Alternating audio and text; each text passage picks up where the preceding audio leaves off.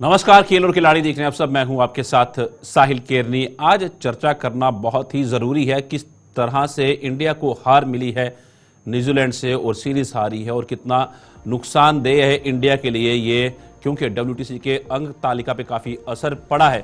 हालांकि इतना असर नहीं पड़ा, पर आगे चुनौती और बढ़ गई है इंडियन टीम के लिए। और वो क्यों बढ़ी है? वो इसलिए बढ़ी है क्योंकि अगले जो 5 मैच हैं, एक तो वो इंडिया में ही खेलेगा न्यूजीलैंड के खिलाफ इंडिया, पर बाकी 5 जो है वो ऑस्ट्रेलिया जाकर खेलने होंगे।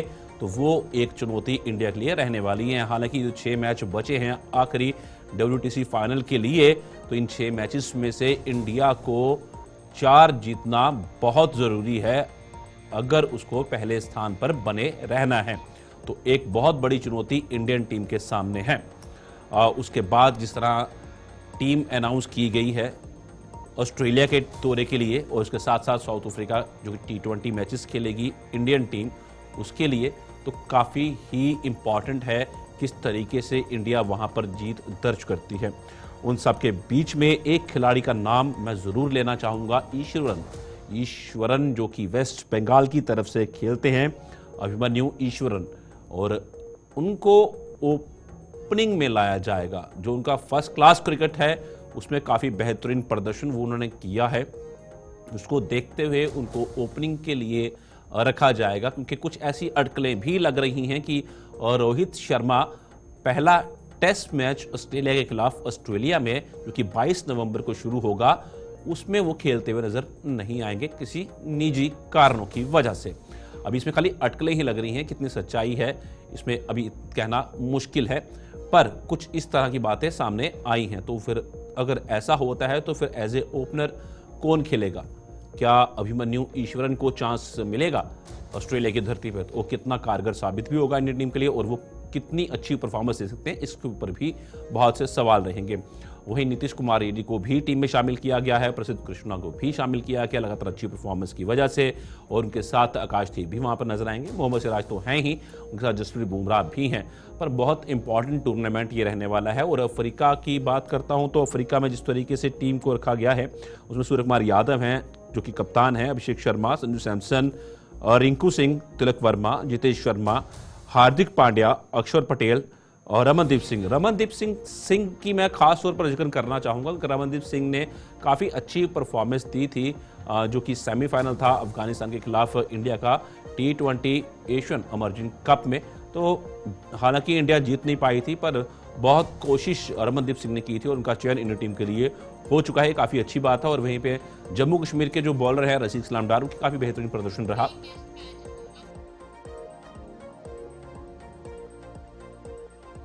साफ तौर पर ये रहा तो बहुत ही अच्छा रहा है सब कुछ। तो चर्चा शुरू करते हैं। हमारे साथ हमारे एक खास पैनलिस्ट जो कि क्रिकेट एक्सपर्ट है, आबिद पठान, हमारे साथ जुड़ गए हैं। आपका स्वागत है सर। और बहुत अच्छी बात है कि इंडियन टीम हारी है।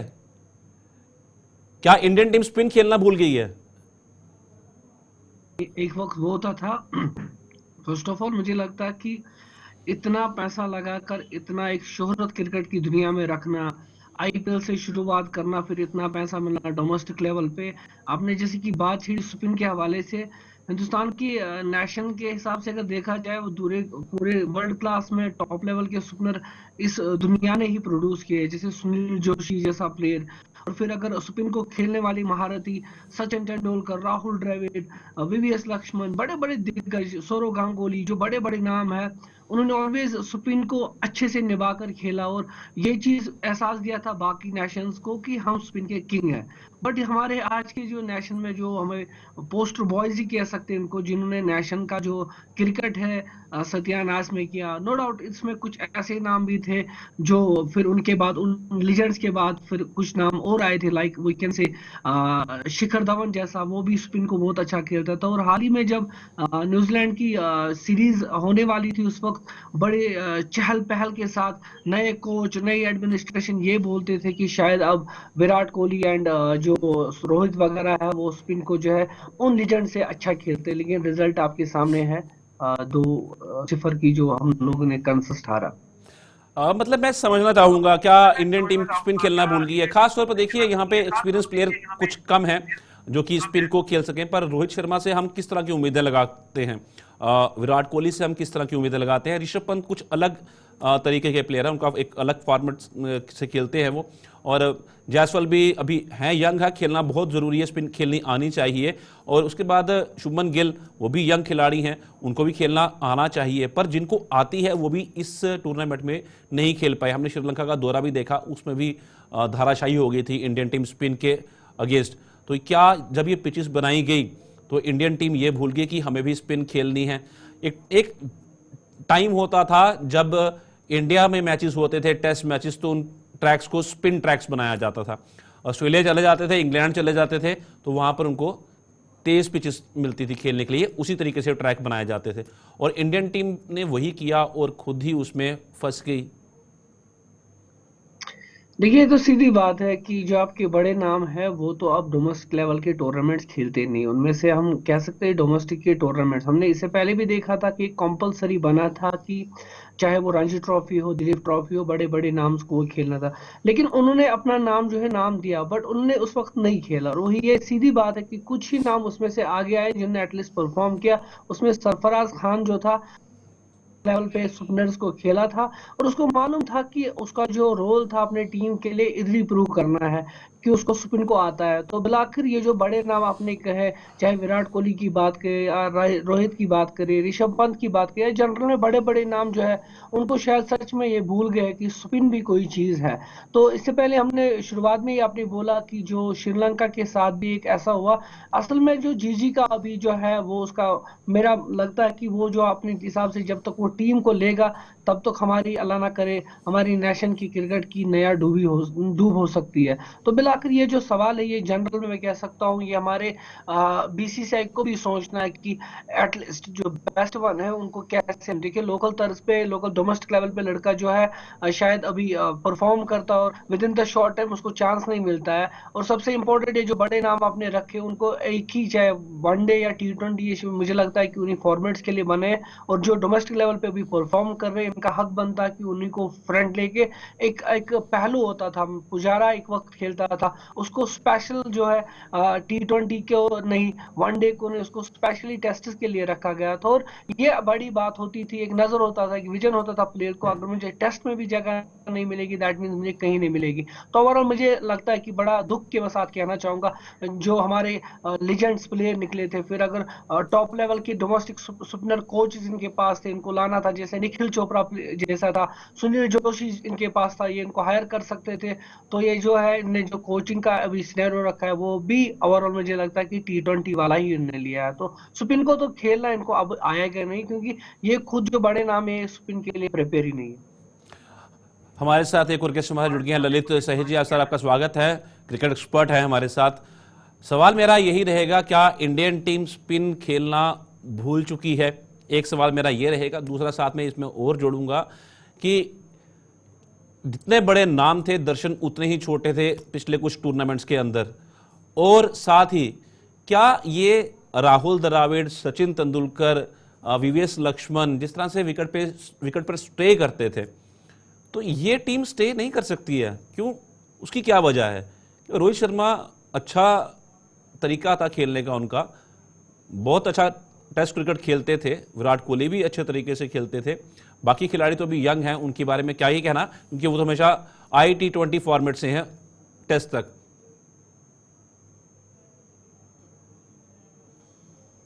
हेलो। जी जी ललित से है जी, मैंने आप ही से हेलो। सवाल किया जी। सर वॉइस आ रही है मेरी? जी बिल्कुल आ रही, मैं सुन पा रहा हूँ। नमस्कार sir for inviting me. Okay, नमस्कार नमस्कार sir for inviting me. Thank you sir, thank you. हम सब इतना ही जानते हैं कि इंडियन क्रिकेट जो है, आई थिंक आज के टाइम पे वर्ल्ड की बेस्ट है और बेस्ट कंट्रीज में से एक कंट्री है हमारी बेसिकली। बिल्कुल। और यहाँ पर जो हम क्रिकेट की बात, सचिन तेंदुलकर जैसे, वीवीएस लक्ष्मण जो अभी आपने नाम लिया, ये बहुत बड़े प्लेयर हैं। ओके, और स्पिन खेलना, आई थिंक हमारी इंडियन टीम जितना बेस्ट स्पिन खेलती है, आई थिंक मुझे नहीं लगता कोई और कंट्री इस तरीके से खेल सकती है। बाकी करें अगर हम मिडल ऑर्डर की बात, जो हम आपके हिसाब से जो आप शेयर कर रहे हैं कि द्रविड़ का जैसे हम नाम लिया, द्रविड़ सर का, उनसे बढ़िया बैट्समैन हमने मिडल ऑर्डर के अंदर कोई देखा ही नहीं है अभी तक। जो बेसिकली इंडियन क्रिकेट टीम के अंदर जो डेज के अंदर उनके जैसी बैटिंग, जो बॉल तो हम बॉल कहते हैं उनके, बेसिकली दीवार की उनके पार भी बॉल जा ही नहीं सकती। उनका इतना बेसिक स्ट्रॉन्ग है क्रिकेट के अकॉर्डिंगली। आजकल जो क्रिकेट चल रही है ना, तो ये क्रिकेट हो गई कुछ फास्ट। अगर हम एक्चुअली में जो प्लेयर्स हमारे हैं T20 वर्ल्ड कप के अंदर ज्यादा इन्वॉल्वमेंट है, जो हमारे फॉर्मेट बने हुए हैं बेसिकली क्रिकेट के, तो वो T20 के हिसाब से प्लेयर्स सिलेक्ट हो जाते हैं। यहाँ पर हमें T20 के अकॉर्डिंगली हमें अपना टाइम स्पेंड करना है विकेट के ऊपर, और उसी पेशेंस के हिसाब से पर्टिकुलर बॉलर को हमें बॉल के हिसाब से खेलना है, ना कि नाम के हिसाब से।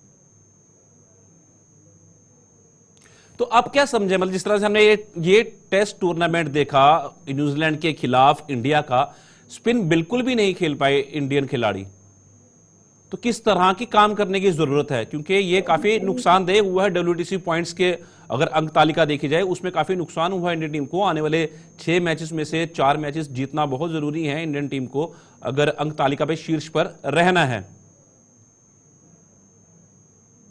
सर यही टीम है जो हमारे क्रिकेट को ऊपर लेके गई, और यही टीम है जो इसको और आगे लेके चलेगी।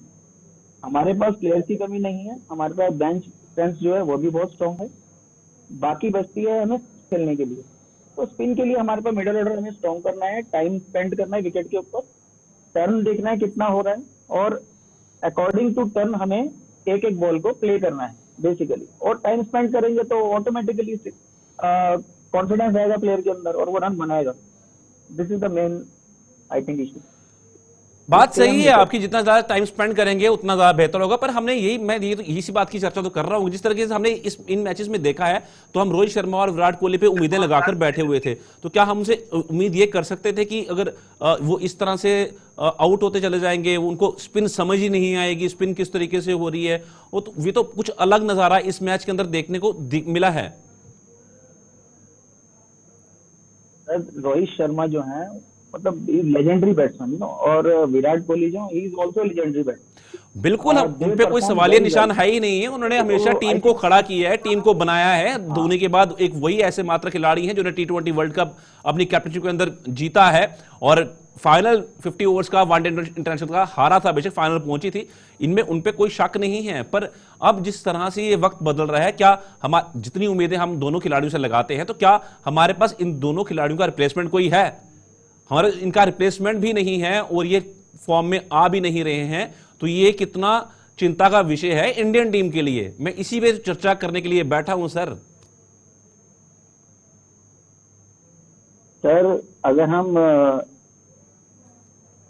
रोहित सर की बात करें तो I think he is a legendary batsman, okay, और इनका बैट पे चल रहा है, कोई बात नहीं। एक मैच में परफॉर्म नहीं हुआ, डोंट वरी। सेकंड, कोई बात नहीं, वो ऐसे प्लेयर है कि जब उनके बैट से बॉल लगना शुरू होगा तो आई थिंक कोई भी बॉलर उनके आसपास स्टैंड नहीं करता, जब वो जिस फ्लुएंटली वो बैटिंग करते, ठीक है। और वही है, एक बार उनका स्टार्टअप अच्छा हो जाएगा तो वो कवर अप कर देंगे। जी बिल्कुल, हाँ सही बात है। जब अब बात वही आती है कि अब देखते हैं कब तक फॉर्म वापस आती है, क्योंकि form is temporary, class is permanent. दो खिलाड़ी बहुत शानदार हैं वो। आबिद पठान जी, मैं आपका रुख करूंगा, मैं बात करूंगा जिस तरह से एशियन इमर्जिंग T20 मैचेस हुए, कप हुआ, तो उसमें रशीक सलाम डार की काफी अच्छी हमने पैड देखी, बड़ी अच्छी बॉलिंग कराते हुए वो नजर आए। और साथ साथ रमनदीप सिंह की बात भी करूंगा, उनका तो चयन भी हो गया इंडियन टीम के अंदर। तो रशीक सलाम डार से आप किस तरह की उम्मीदें लगाते हैं? क्या आने वाले समय में हम उसको इंडियन टीम में देख सकते हैं?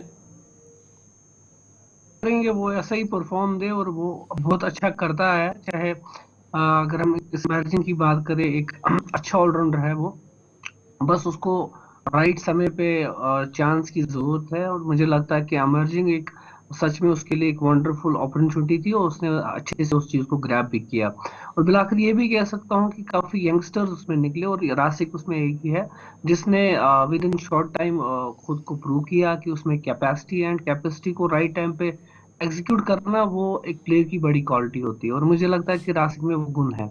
ओवरऑल जो हमारा उसमें भी एक बैड लक था कि हम उस अमेजिंग से आउट हुए। तो बट ओवरऑल मैं कहना चाहूंगा कि सरजमीन हिंदुस्तान का जो क्रिकेट है उसको बदलते हुए हमने देखा है, लेकिन इतना बदलते हुए मतलब देखा, ये हमारे लिए नाकाबिल बर्दाश्त है। मैं कुछ चीजें इसमें ऐड करना चाहूंगा कि अभी इनके पास है, इनके पास अच्छे वक्त है। बीसीसीआई को चाहिए कि एक अच्छे सुपनर जो है, इनके लीजेंड्स, फॉर्मर लीजेंड्स है, चाहे वो सुनील जोशी, चाहे अनिल मतलब निखिल चोपड़ा जैसा जो इनके पास है, जो कहते हैं ना मतलब अपने को अपने की तराशने की जरूरत है। और ये जो बड़े बड़े स्पिनर्स है, यही इनको चाहिए कि डोमेस्टिक लेवल पे या कोचिंग स्टॉप में लाए, ताकि स्पिन का जो यहाँ पे एक इशू है, स्पिनर्स को ना खेलना आता, मतलब खेलना नहीं आता है। अभी जो आउट ऑफ फॉर्म आप देखते हो कि आपने कहा कि इनका जो क्लास है वो परमानेंट है, नो डाउट, लेकिन परमानेंट होने के हिसाब से हर वक्त इनको चांस मिला है, तब ये इस काबिल है। लेकिन आज उस मुकाम पे है, इनको चाहिए कि एटलीस्ट ये पूरी जिम्मेदारी अपने नेशन के इस टीम के लिए, ये तो आईपीएल है नहीं, फ्रेंचाइजी वाला टीम है, नेशन का टीम है, उधर इधर आपको रिप्लेसमेंट तब मिलेगी जब आप पूरा ऐसे फॉर्म से बाहर जाओगे।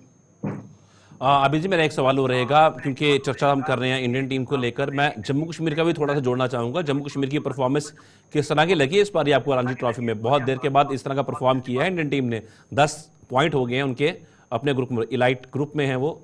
तो कैसा लगता है जब ये परफॉर्मेंस आप देखते हैं, खासतौर पर उमर नाजिर की परफॉर्मेंस, आकिब नबी की परफॉर्मेंस और शुभम खजूरिया की परफॉर्मेंस, और पारस डोगरा कप्तान? बात नहीं करना चाहूंगा, पारस ने अभी वो प्रूव नहीं किया जिसके वो नाम से लाया गया, उनको हायर किया गया। पारस ने मतलब परवेज रसूल कैप्टन थे फॉर्मर, वो बेहतर थे पारस से काफी अच्छा, लेकिन अगर वो टीम अभी परफॉर्म कर रही है तो मैं श्रेय देना चाहूंगा उनका। लेकिन ओवरऑल जब भी हम बात करते हैं जनरल क्रिकेट की, वहाँ का 19 जीतता ही नहीं, वुमेन्स क्रिकेट तो उसका तो बिल्कुल वो परफॉर्म नहीं करते, 19 परफॉर्म, 22 23 परफॉर्म नहीं कर पा रहे। बट रणजी ट्रॉफी की बात जब भी आती है, अगर रणजी ट्रॉफी में 2 मैच जीत जाते हैं विद इन शॉर्ट टाइम, उनको काफी एक हाइप मिलता है। बट क्रिकेट कहाँ पे है, वो दिन ब दिन आपने देखा था कि इससे पहले भी वहां पे बात छिड़ी थी कि स्टेडियम में अलाउ नहीं किया गया था लोकल्स को बैठने के लिए। वो तो चलिए वो एक बात बात की है, बट ओवरऑल कहना चाहूंगा, मैं कभी भी पारस को परवेज के साथ कंपेयर नहीं करूंगा, क्योंकि पारस अपने वक्त खेला है और परवेज के पास इनका अच्छा एक वक्त था कि परवेज को टीम को लेकर ले। इनने अयनदीप सिंह चौहान, जो हिंदुस्तान की सरजमीन पे डोमेस्टिक लेवल का सबसे टॉप मोस्ट क्रिकेटर रह चुका है, इनने उसको छोड़कर वो अब अमेरिका में लीग्स खेल रहा है। तो बाकी ये कहना चाहूंगा कि होप कि बेस्ट ये करे, ये हमारा फख्र है कि अगर लड़का लड़के अच्छे करेंगे, परफॉर्मेंस करेंगे, और इनमें से भी कोई यंगस्टर निकले जो नेशनल को रिप्रेजेंट करे। ओवरऑल मैं कहना चाहूंगा काफी खामियां हम में भी है, काफी खामियां एसोसिएशन भी है, लेकिन एसोसिएशन को चाहिए कि एसोसिएशन के हिसाब से ले। और इंडियन क्लब क्रिकेट जो बीसीसीआई ने यहाँ पे थोड़ा साइड लाइन किया, वो अच्छी बात है नहीं, क्लब से ही प्लेयर निकलते और वो बड़ी बात। अब मैं करूंगा ललित वही जी का। ललित जी, जिस तरह से आने वाले टूर्नामेंट्स के लिए टीम अनाउंस की गई है, स्क्वाड अनाउंस किए गए हैं, तो किस तरह आप देखते हैं? सबसे पहले मैं बात करूंगा ऑस्ट्रेलिया दौरे के लिए टीम अनाउंस की गई है, तो उस टीम को आप किस नज़र से देखते हैं? और एक सवाल और जोड़ूंगा साथ में इसके, क्या इस टीम में ऋतुराज गायकवाड़ की जगह नहीं बनती थी? ऋतुराज ऋतुराज गायकवाड़ की जगह बिल्कुल बनती है, क्योंकि हमारे पास कंपटीशन इतना ज्यादा है कि अभी उनको आई थिंक इस पर्टिकुलर सेशन के लिए इनवाइट नहीं करा गया होगा, या उनको बोला नहीं गया होगा। ऋतुराज बहुत अच्छे प्लेयर हैं और आने वाले टाइम में इंडियन क्रिकेट को बहुत अच्छा सर्व भी करेंगे। ऐसा कोई नहीं है कि उनकी जगह नहीं बनती। और यस, हमें ये उम्मीद रखनी चाहिए अपने जो अभी स्क्वाड हमारा अनाउंस हुआ है क्रिकेट टीम का, तो they will perform very well. This is basically जो हम समझते हैं उन्हें करना भी चाहिए, जिसके लिए वो सिलेक्टेड भी हुए हैं टीम के अंदर, मैं और एक नए सवाल प्लेयर्स को भी चांस मिला इसके अंदर। देखें अब होप है कौन खेलेगा इसमें, कौन कैसे खेलना है, टीम क्या ललित जी, मैं सिलेक्ट एक होती है सवाल और जोड़ लूंगा उसके इसके साथ। बाद। जिस तरह अब साउथ अफ्रीका की T20 की इंडियन टीम जो है वो अनाउंस हुई है, तो इस टीम को आप किस तरह देखते हैं? क्योंकि साफ तौर पर बहुत सारे यंगस्टर्स जो हैं वो इस टीम का हिस्सा हैं।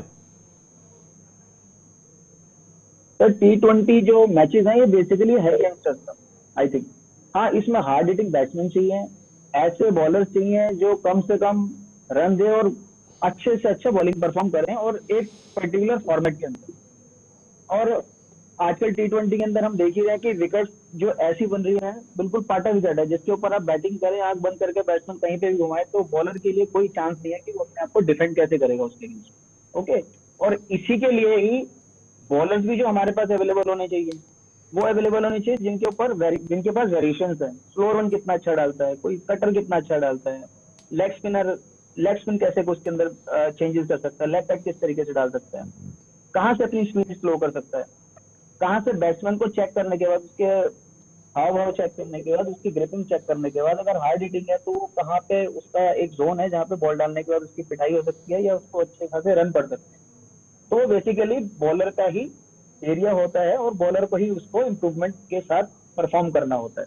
हाँ, ये जरूर है कि जो T20 के अभी बैट्समैन हमारे स्क्वाड में आए हो, तो मेरे ख्याल में आईपीएल आपको पता ही है, इतना बड़ा फॉर्मेट है ऑल ओवर वर्ल्ड के अंदर, जिसके अंदर हमारे पास मेरे ख्याल में T20 के अकॉर्डिंगली हमारे पास प्लेयर्स की कोई कमी नहीं है और देश के अकॉर्डिंगली भी कोई कमी नहीं है, और इन्हीं में से बच्चे सिलेक्ट होते हैं और आगे बढ़ते हैं। तो होप फॉर गुड। जी बिल्कुल बिल्कुल बिल्कुल। आबिद पठान जी, किस तरह देखते हैं आप दोनों स्क्वाड को, चाहे वो ऑस्ट्रेलिया का स्क्वाड हो, चाहे वो साउथ अफ्रीका लिए T20 का स्क्वाड हो, यंगस्टर्स की टीम है पूरी जी।